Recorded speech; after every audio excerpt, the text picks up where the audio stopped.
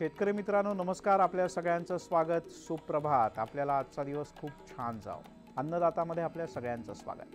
आज आपण हिंगोलीच्या पशुपक्षी प्रदर्शनाचं एक वृत्त जाणून घ्यायचं आहे. यासोबतच मावळातल्या इंद्रायणी भात शेतीची यशोगाथा जाणून घ्यायची आहे. याशिवाय ठळक घडामोडी जाणून घ्यायचे. सुरुवातीला अर्थातच अन्नदाता ठळक.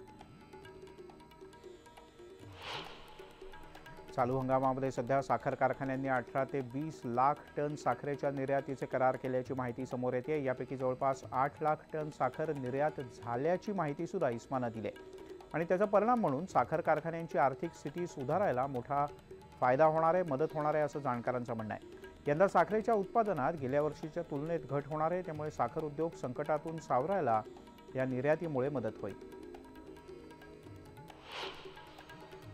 यंदा उत्तर भारतात बटाट्याचं क्षेत्र वाढलंय. त्याबरोबरच यंदा बटाटा साठवणुकीसाठी जागा नसल्यानं देशात बटाट्याची बाजारातली आवक गरजेपेक्षा जास्त झाली. पर्यायानं बटाट्याच्या किमतीत मोठी घट होते. उत्तर भारतामध्ये तसंच पूर्वेकडे पश्चिम बंगालमध्ये बटाट्याचे भाव चांगलेच पडलेत. आता बटाटा थेट 30 ते 50% घसरलाय आणि त्याचा फटका देशातल्या सर्वसामान्य बटाटा उत्पादक शेतकऱ्यांना बसू लागलाय. देशात अतिरिक्त उत्पादनामुळे बटाट्याचे भाव घसरलेत. उत्तर प्रदेश आणि पश्चिम बंगालमध्ये हे भाव मोठ्या प्रमाणात घसरलेत. रब्बी हंगाम 2019 मध्ये अर्थात चालू हंगामात भाताची पेरणी विक्रमी 49 लाख हेक्टरपर्यंत पोहोचले. भाताच्या पेऱ्यात तब्बल 14% वाढ झाली. त्याच वेळेला कडधान्यांच्या पेऱ्यात 5% आणि ज्वारीच्या पेऱ्यात 18% घट झाल्याचंही नोंदवलं गेलंय. तर मक्याचं क्षेत्र 9% घटलंय. बहुतांश पिकांच्या क्षेत्रात घट झाल्यानं यंदा टंचाईची स्थिती राहण्याची शक्यता वर्तवली जाते. त्याच वेळेला धान पेरा वाढल्यानं काहीसा दिलासा मिळू शकतो. देशातल्या 21 राज्य आणि केंद्रशासित प्रदेशातल्या 2021 कोटी रुपये 1 कोटी शेतकऱ्यांना हे पैसे वाटण्यात आले. त्यांच्या खात्यात हे पैसे जमा झाल्याचं पंतप्रधान कार्यालयाच्या वतीनं स्पष्ट करण्यात आलंय. मोदींनी गोरखपूर इथं हा कार्यक्रम केला असता त्याच दिवशी ओरोस सिंधुदुर्ग इथे वाणिज्य मंत्री सुरेश प्रभू यांनी देखील या योजनेचा शुभारंभ केला. त्याच वेळेला 1 कोटीपेक्षा जास्त शेतकऱ्यांच्या खात्यावर पैसे जमा झाल्याची माहिती कृषी मंत्री राधा मोहन सिंह यांनी दिली.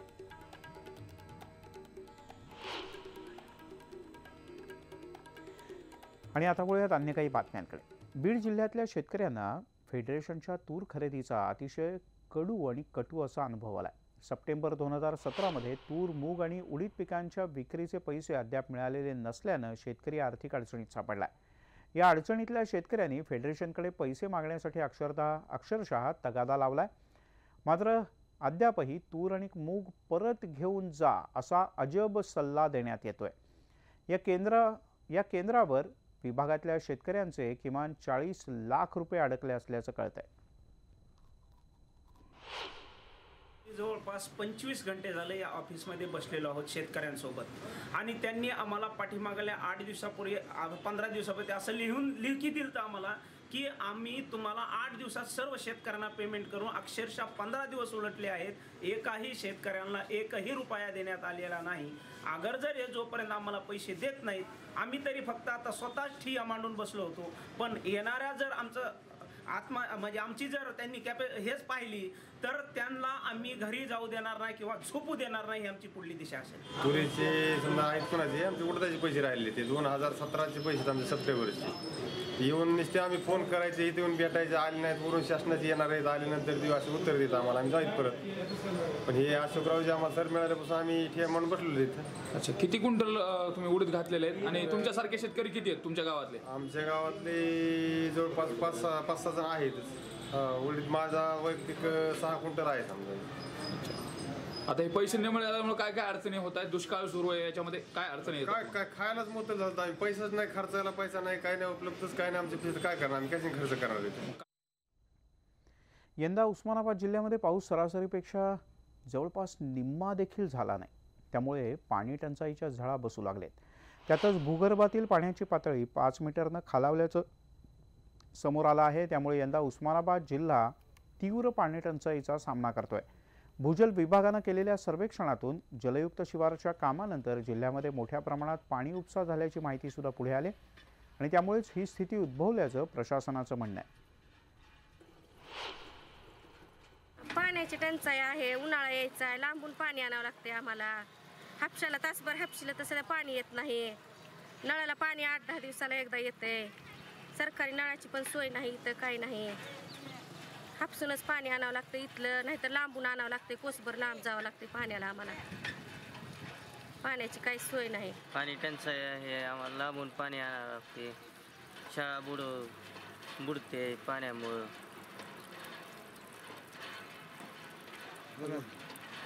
हापसाला सुद्धा पाणी येत नाही. लय वेळ पाणी हापसावं लागतं.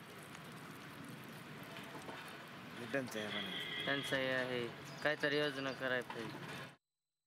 ग्रामीण भागातल्या यात्रांमध्ये सध्या पशुसंवर्धन खातं एक मोलाचं काम करत आहे. चारा सुरक्षा अभियान तर सुरू आहेच, पण याशिवाय शेतीला पूरक अशा व्यवसायांची माहिती आणि अशा व्यवसायांना प्रोत्साहन मिळवून देण्यासाठी या विभागाची धडपड सुरू आहे.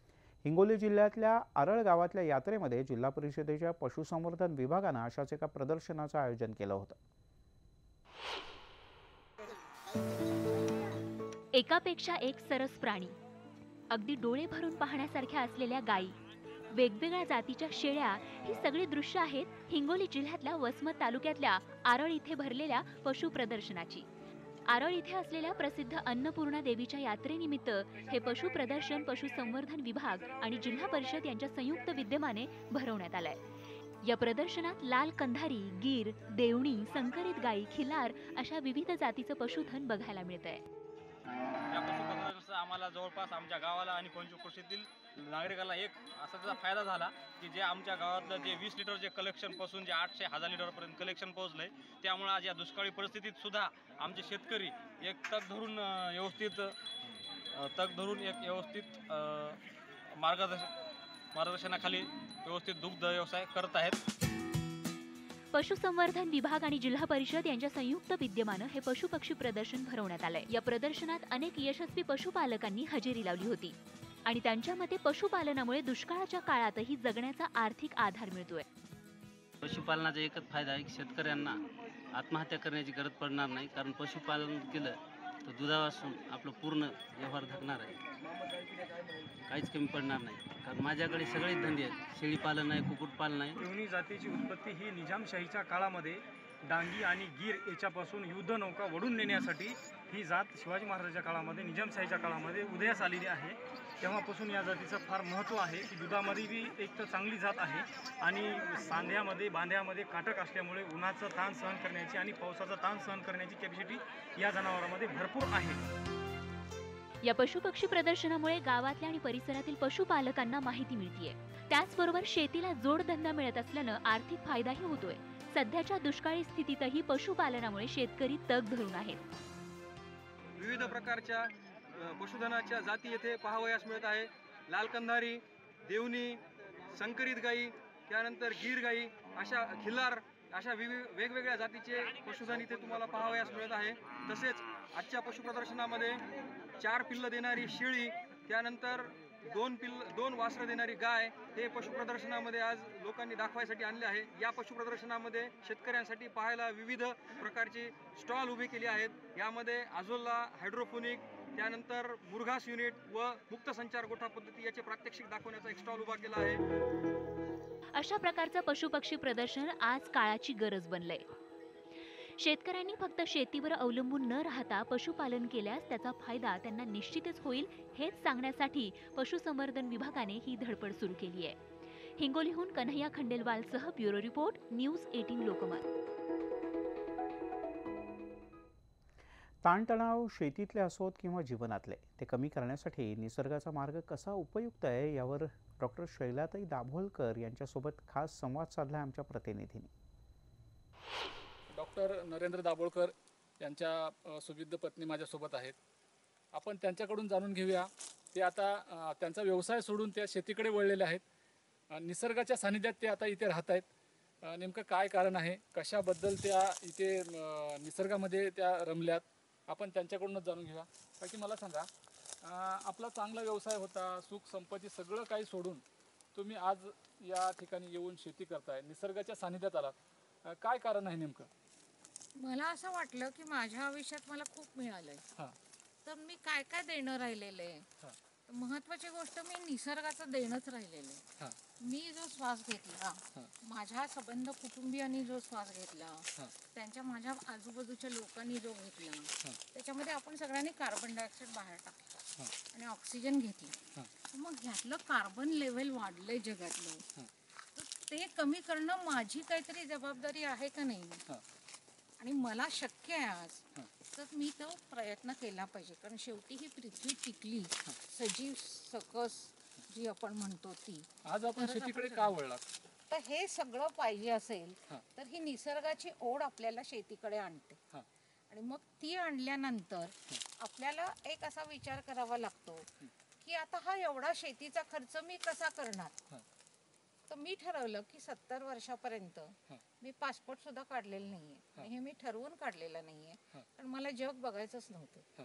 मी श्री दाभोलकरांकडे शिकले, त्याला प्रयोग परिवार म्हणतात, आणि त्याचं उत्तर आहे प्लेंटी फॉर ऑल.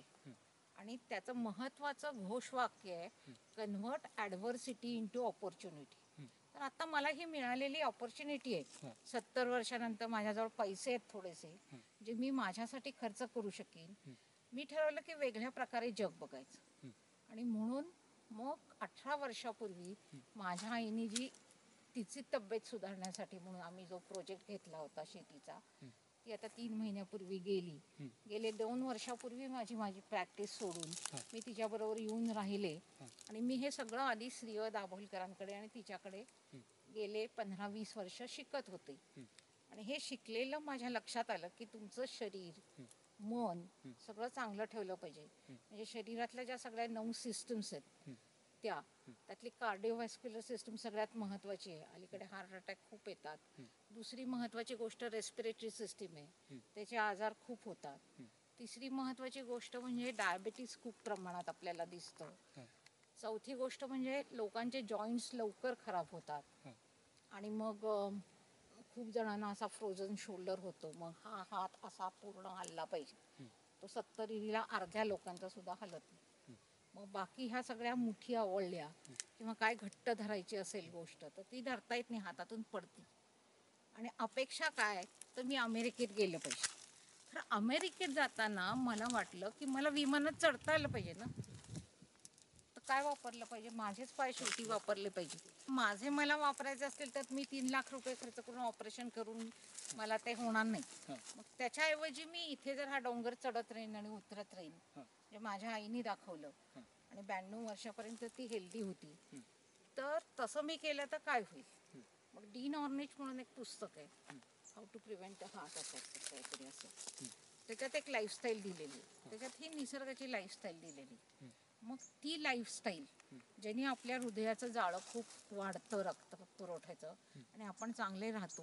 या शुद्ध हवेत राहिल्यावर आपल्याला भरपूर प्राणवायू मिळतो, आणि ह्या प्राणवायूने आपलं सगळं शरीर सुधरत जातं, मसल टोन इम्प्रूव्ह होते.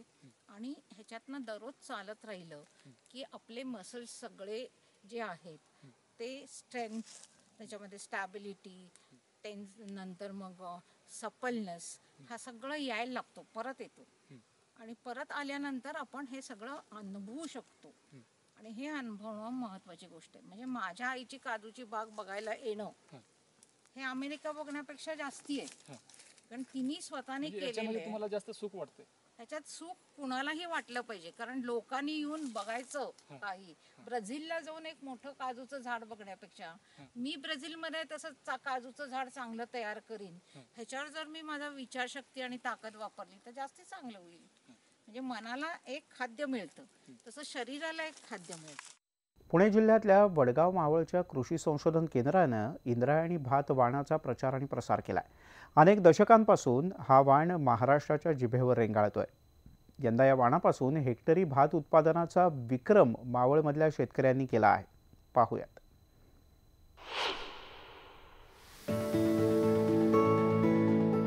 वडगाव मावळ इथल्या कृषी संशोधन केंद्रानं जवळपास 100 वर्षांपूर्वी प्रसारित केलेला इंद्रायणी तांदळाचा वाण कमालीचा लोकप्रिय झालाय. या वाणाचं खरीप आणि रब्बीमध्येही उत्पादन घेतलं जातंय. मावळ तालुक्यात सध्या 80% क्षेत्रावर या तांदळाची लागवड केली जातीये. यंदा या तांदळाचा पेरा वाढलाय, पण अनेक शेतकऱ्यांचं कमी पावसानं उत्पादन घटलंय. पण मावळातले शेतकरी याला अपवाद ठरलेत. अनेक शेतकऱ्यांनी याचं विक्रमी उत्पादन घेण्यात यश मिळवलंय.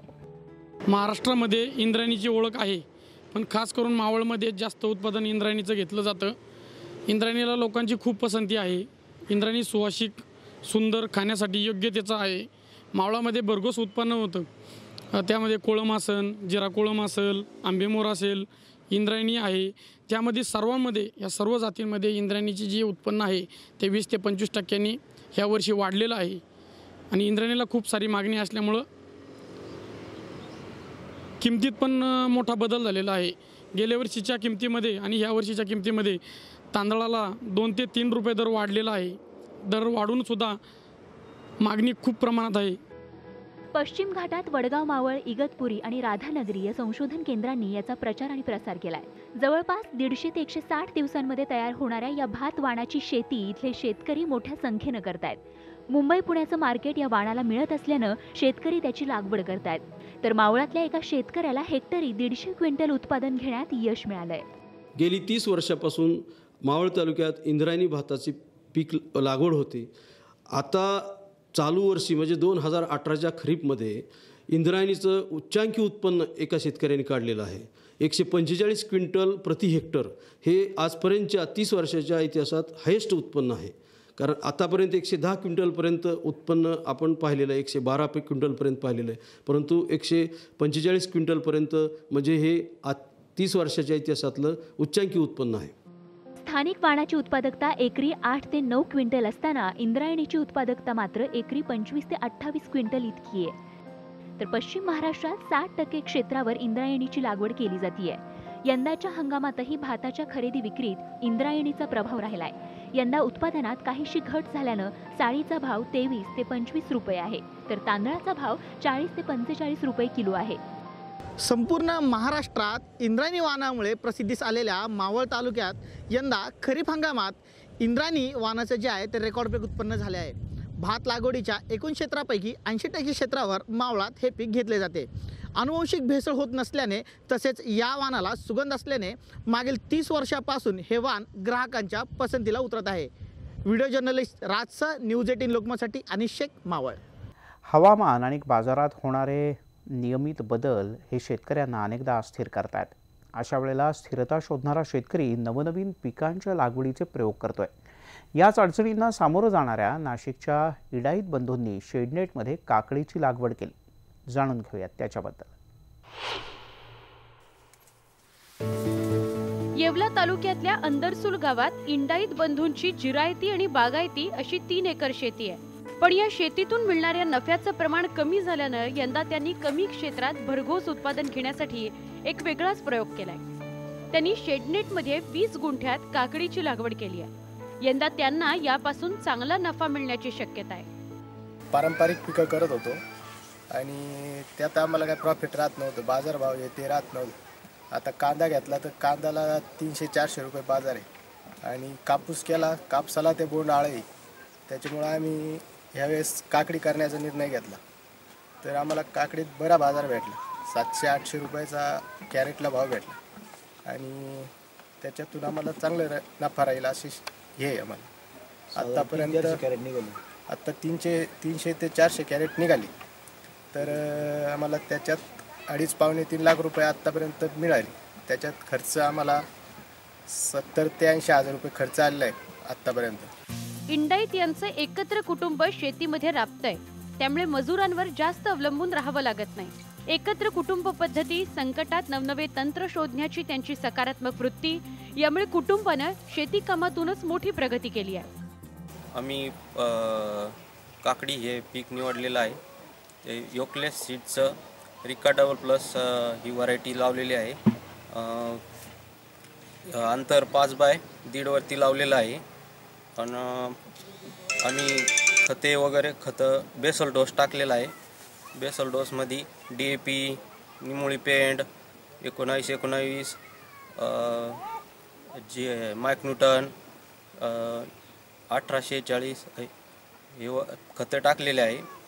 व आम्ही मल्चिंग वगैरे आतरून त्याची ड्रीप वगैरे दिलेला आहे. काकडीच्या पिकाला शेडनेटमध्ये नियंत्रित पाणी, नियंत्रित तापमान तसंच पॉलिमल्चिंग यामुळे फायदा होतोय.